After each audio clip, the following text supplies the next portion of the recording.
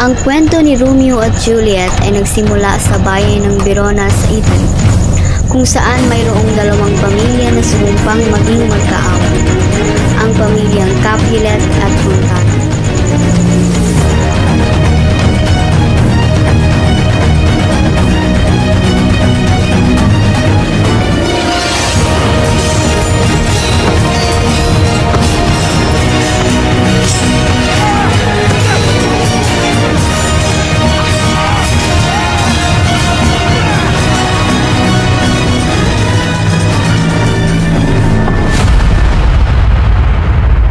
Lang kayo nag-aaway.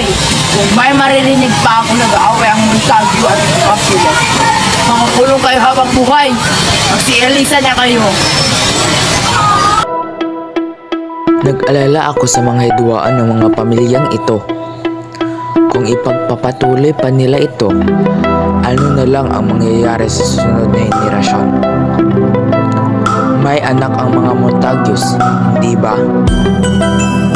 Opo, si Romeo. At ang mga Capulet? May anak silang babae, si Juliet. Ah, Romeo at Juliet.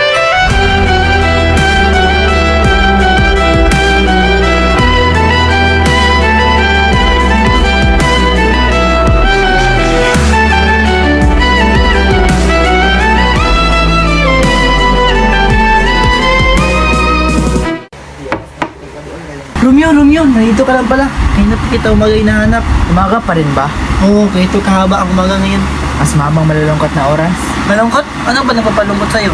Ito bang tulang pag-ibig na sinusulat mo? May pasukan ka na ba? Oo, Silsilin. Ngunit hindi niya ako mahal. Nangako na siyang magpapakasal siya sa iba. Hindi naman niya kasalanan yun eh. Hindi din mo dapat pilitin hanggang hindi ka mahal.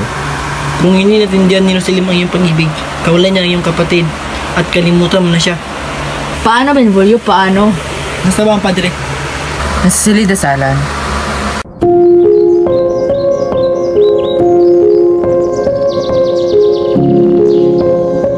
Diyos ko, pinagrasa ko ang Verona.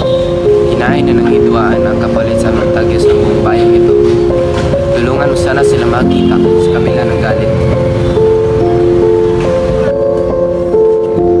Magandang umaga. Napagaganda ng umaga, hindi ba? Hindi para sa umiibig. Ano ka ba naman? Napakaaga ng umaga para sa ganyang bagay. Halika dito.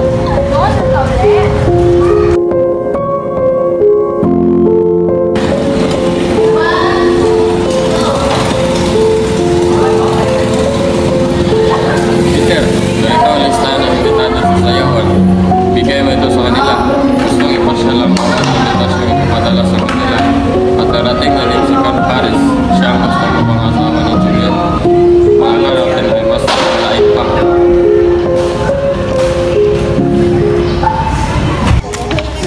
Magandang umaga, kaibigan! Napagaganda ng umaga, hindi ba? Naku, Romeo, parang malungkot ka ngayon ah. Iniisip mo ba rin ba si Rosalyn? Tama ba ako? Naku, Romeo, pag-ibig ang pinamanga ng emosyon sa mundo. Ginoo, may natagpuan po ako. Pwede niyo po bang basahin? Bigay mo sa akin yan. Tulungan ko. Lydia, Lucio, Rosalyn. Anong mga listahan to?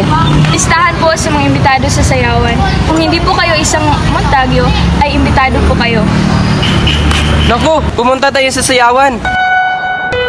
Sumali kayo. Isali ako. Bawal ni Romeo. Magsuot naman tayo yung maskara eh. Mga Ginoo at Binibini sa Verona, ligayang pagdating dito. Simulan na natin ang sayawan. Marap ka naman sa sayo mo. Kailangan mo yan. Kami nang bahala kumuha ng mga inom. Kikilala sa iyo ang aking anak. Ito nga pala si Juliet. Ikaw ang pinamaganda sa Verona. Maaari ba kitang isayaw? Alis din ako agad sa Verona. Pero bago yan, gusto ko munang may kasal. Ano naman sa'yo? Plano ko naman hanap ng Tunay na pag-ibig? Meron pa bang ganyan ngayon? Oo, para lang sa mga Parang dito sa pagkakas mo. Mas dyan na kami. Hindi ka ba mamamatay kung totoo yan? walang tao makapagpipigil sa ganito. Maaari ba kita isayaw? Oo, sige. Sino ka nga ulit? Ako ay isang sumasabang Pilipino. Ikaw ang aking pananalugan. Ang paghalik sa iyo ay makakalutas sa mga kasalanan ko. Nagbobola ka lang? Seryoso ako.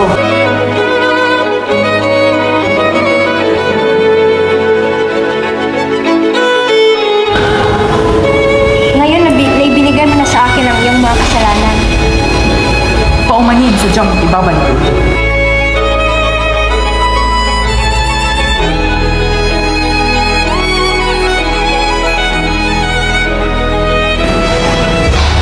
Hinahanap ka na ni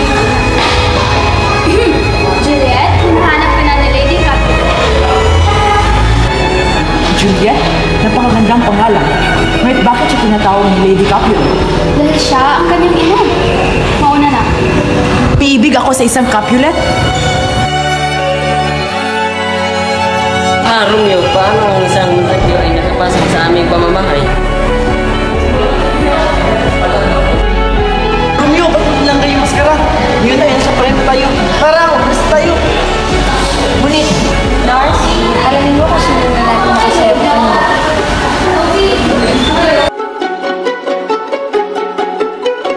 Kung kasal siya sa iba, ay mas mabuting mamatay na lamang ako.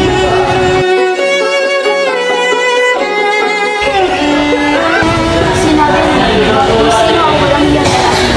Siya si Romeo at isa siyang ang kaibigan. Hindi.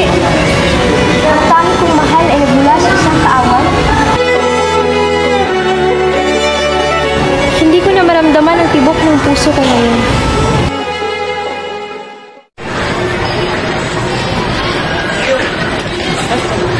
bakit pinapasiyaw sa isang kapulit? Hindi ko kayo mamatay dahil yan. Patay na ako. Patay na patay. Huwag ko na tulong na patay. At saan kayong pupunta? Sabi ko na ako. Naiibang ka na ba? Alam mo bang ginagawa mo? Nga siya.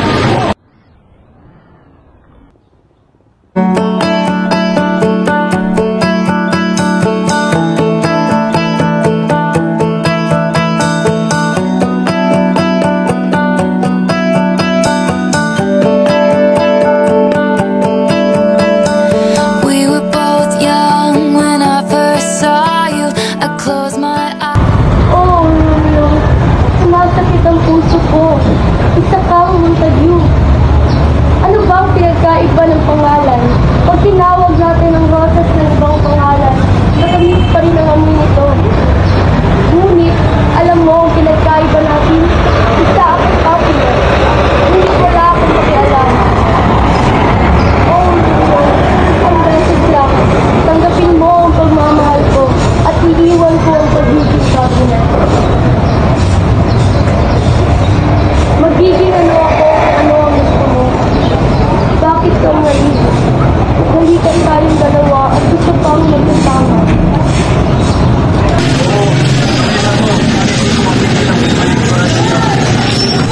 Anong ginagawa mo dito?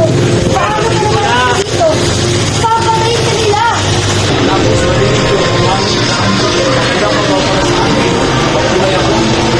Ayaw mo bang mabuhay? Umalis ka na! Makikita ka nila! Kailangan ko nang umalis! Hindi ako aalis hanggat hindi ko nakukuha ang pupunta ko, pag-ibig. Nakuha mo na! Ilang sandali lang. Kung ang pag-ibig mo sa akin ay marangal, alukin mo ako ng kasal at magiging sa iyo ako habang buhay. Sabihin mo lang kung saan at kailan at dadating ako. Sa ikasyam na umaga bukas, sa silid ni Padre Lawrence. Dadating ako! Umalis ka na! Dali! Amo, gusto mo bang magpakasal ngayon? Sa nag-iisang anak ni Lord Capulet? Tama. Alam mo ba na peligro ang pinasok mo? Ano bang pag-ibig kung walang pangalan? Hindi ko inasahan na maintindihan mo ako. Ang alam ko lang ay kung di mo kami ikakasal, ay hahanap ako ng paraan para maging akin siya. Kahit ano, basta magkasama lang kami.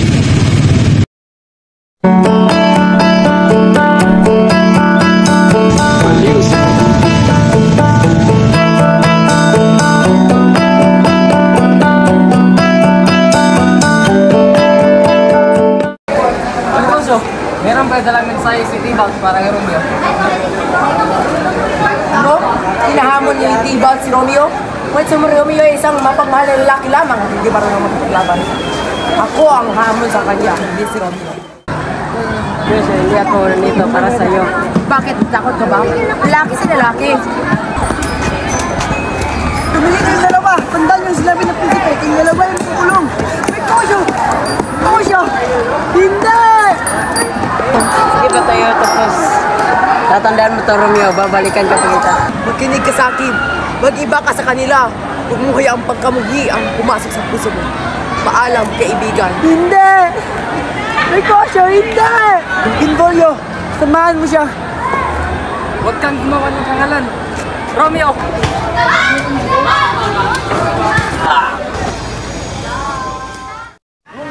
Ano nagawa mo? Diyos ko! Anong nagawa ko?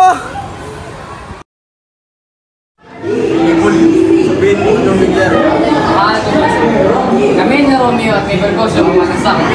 Naghahamon si Diva ng away, ngunit tinanggihan ito ni Romeo. Kaya si Bergoglio ang laban sa kanya, ngunit napatay niya ito. Sa galit ni Romeo, kinuha niya ang espada at napaslan si Diva. Dahil sa kasalanan na iyon, makatulad mo sa Romeo na ay palayas dito sa Minora. Palayasin lang? Parang magsalita. Juliet, hindi mo tayo magsalita at ako iaalis mo lang, pero kung ako sa'yo, ako'y babalik. Hanggang kailan ka dun? Hindi ako mabubuhay kung wala ka. Napakahirap, pero dapat natin itong gawin. Lagi mong tandaan na ikaw lamang ang aking minamahal. Senyorita, patawag ko kayo ng iyong ina. Susunod ako. Sige ho. Anak, nararamdaman ko ang iyong labis na kalungkutan dahil sa pagkamatay ng iyong pinsan. Upang ikay aming paligaya at makalimutan mo ang pangyayari, ikay aming ipapakasal. Ano? Ikakasal ako sa hindi ko naman mahal? Pero matulungan mo din siyang mahal. Sana anak, maintindihan mo. Ayoko! Ikay aming ipakasal. Huwag ka nang tumanggi. Dahil sa ayaw ni Juliet na mapakasal kay Paris, pumunta siya kay Padre Lawrence upang humingi ng solusyon sa kanyang problema. Naintindihan ko ay yung sakit anak ko. Talaga nga ba? May nakakaintindi ba? Pinatapon ng aking minamahal at ngayon ay pinipilit kong pakasalan ng ibang lalaki. Gusto ng puso kong lumisan ng aking katawan. Tumanggi itong makinig dahil wala si Romeo. Kung hindi mo ako tutulungan, tiyak na ako ay mamamatay. Ipinagpangako ko sa iyo. Mas mabuti pa ang mamatay kaysa sa isang buhay na wala ang aking pag-ibig. Wala kang ibang pagpipilian na ibinigay sa akin. Mahalaga ka si Romeo at ikaw. Hindi ko kaya makikita ko ang anak kong nasasaktan. Mayroon paraan, pero maraming panganib ang kasanggot dito. Bigyan kita ng isang lason na nakuha ko mula sa napakabihirang bulaklak. Ititigil ito ang iyong pulso sa loob ng isang araw. Sa pag-iisip na patay ka na, ililibing ko ang iyong pamilya sa libingan ng kapalit. Magpapadala ko ng liyang kay Romeo. Kung lahat ay susundin ang plano, magigising ka upang makita ang iyong Romeo. Kayo ay parehong makakapagsimula ng sarili ninyong buhay. Ngunit, kung hindi dumating si Romeo sa tamang oras, makikita mo ang iyong sarili sa piling ng patay. Narito ang lason. Kung kamatayan lamang ang tanging paraan upang makita ko muli si Romeo, handa na ako. Kinabukasan ay araw ng inyong kasal. Papadala ko si Farjan upang dalhin ang iyong mensahe kay Romeo. Isang mahabang gabi bukas, paalisin mo ang inyong nurse at inumin mo yan. Magkakabisa ito agad. Paalam anak ko, naway patnubayan ka ng Diyos. Ama, nais ko pong humingi ng paumanhin. Ama, pumapayag na po akong pakasalan sa Crown Paris. Pero ate wala, napakasayaw para siya. Mas napakasayaw mo ako. Di kita malimutan sa mga gabing nagdaan. Ikaw ang pangarap, nais kong makamtan sa buhay ko ay ikaw ang kahulugan. Pag-ibig ko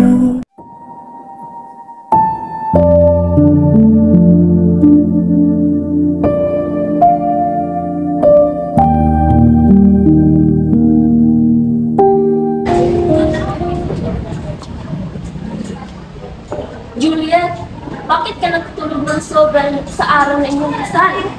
Anak, gumising ka na. Halika. Juliet? Juliet? Juliet! Juliet! Anak ko! Bakit ka walang puso? Hindi! Hindi! Samantawa, si Romeo ay nababalot ng lungkot at pangungulila kay Juliet. Sa kanyang pananahimik, isang balita ang darating na magpapabago sa lahat. Romeo, may masamang balita ako. Ayun, Balthazar. Juliet, siya'y pumanaw na. No? Hindi. Juliet, hindi ko mong buhay na wala siya. Kailangan ko sumunod sa kanya.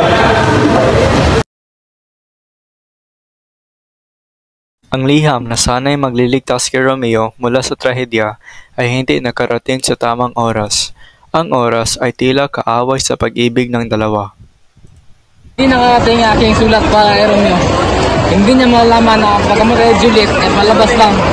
Kung hindi siya maabot agad, baka mangyari ang hindi niya inasahan. Sino ka? Wala kang karapatan dito. Hindi mo ako mapapigilan.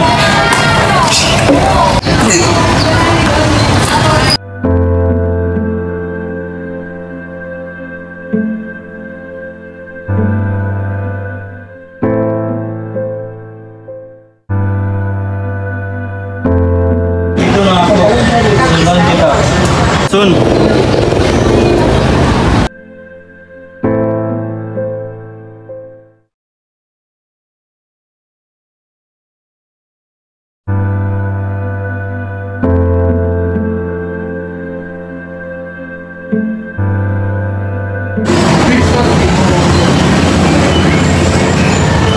Romeo?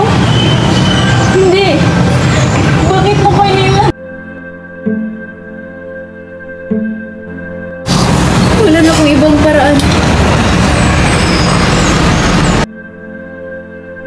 Mula sa araw na iyon, nagkaroon ng katahimikan sa Verona. Subalit ang alaala ni Romeo at Juliet ay mananatiling buhay magpakailanman.